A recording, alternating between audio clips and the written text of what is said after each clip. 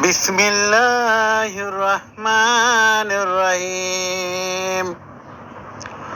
ওয়া মাসালুল লাযিনা কাফারু কামাসালিল লাযী ইয়ানঈকু